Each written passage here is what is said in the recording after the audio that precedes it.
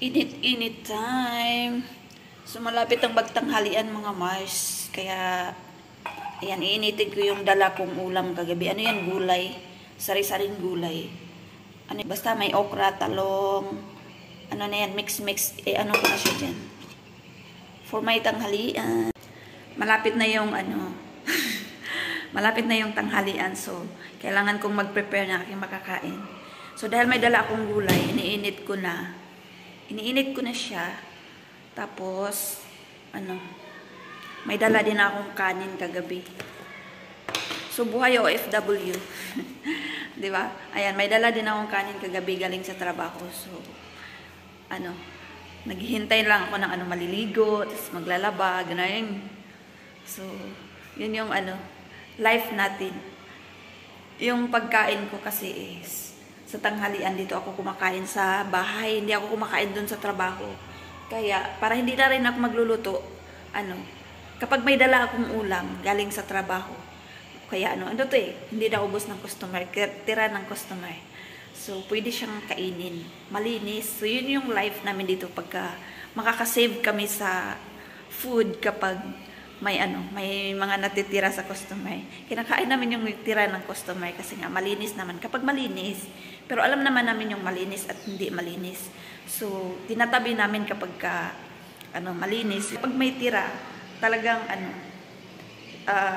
tinatabi namin tapos kinakain namin kasi sayang na sayang itapon. 'Di ba? Dito sa Malaysia ganun, walang problema. Di katulad sa Pilipinas na sa mga fast food, kapag nagtrabaho ka sa fast food, parang hindi, bawal kumain. Kasi may kilala ako na yung boss ko dati may fast food siya.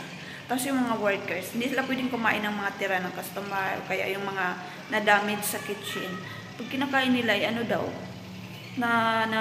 na-terminate sa trabaho. Ganun ba yun? So, yun yung pagkakaalam ko, if I'm not mistaken. So, yun. So, dito sa Malaysia, walang problema. Pwede kaming kumain ng mga tira. So, yun. Buhay with rest. So, yun. Maraming mga natitira kasi sayang itapon. Kaya, ayun, sinisave namin. Masarap naman. So, let's eat, guys. Ito na yung ating tawag dito? Gulay na iniinit ko na galing sa trabaho. Kain. Sarap.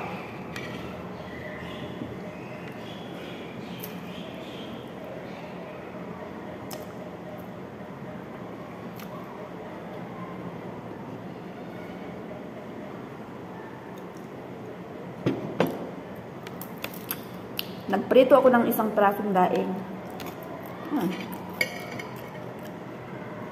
Magkakamay ako.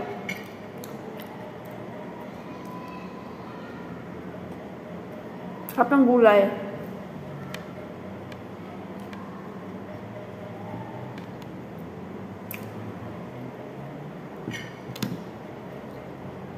Kain.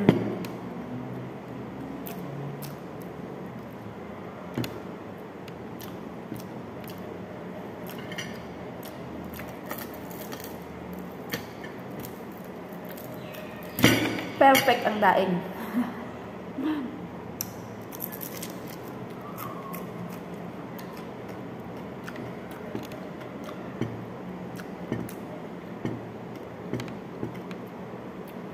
Alauna na. Mag-alauna.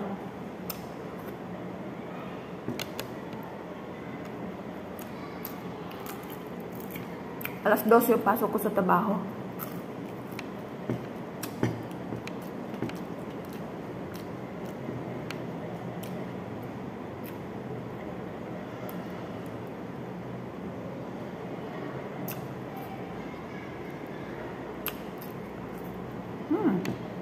Sarap ng gulay.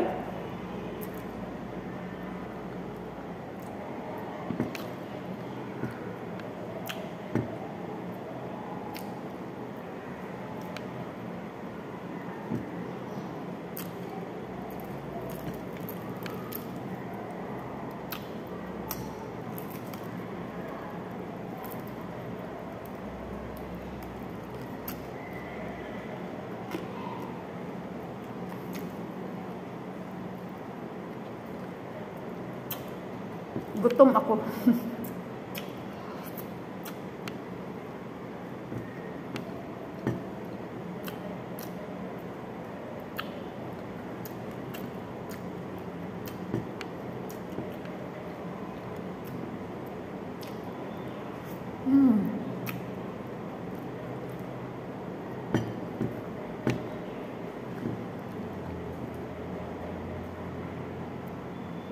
Sarap ng talong.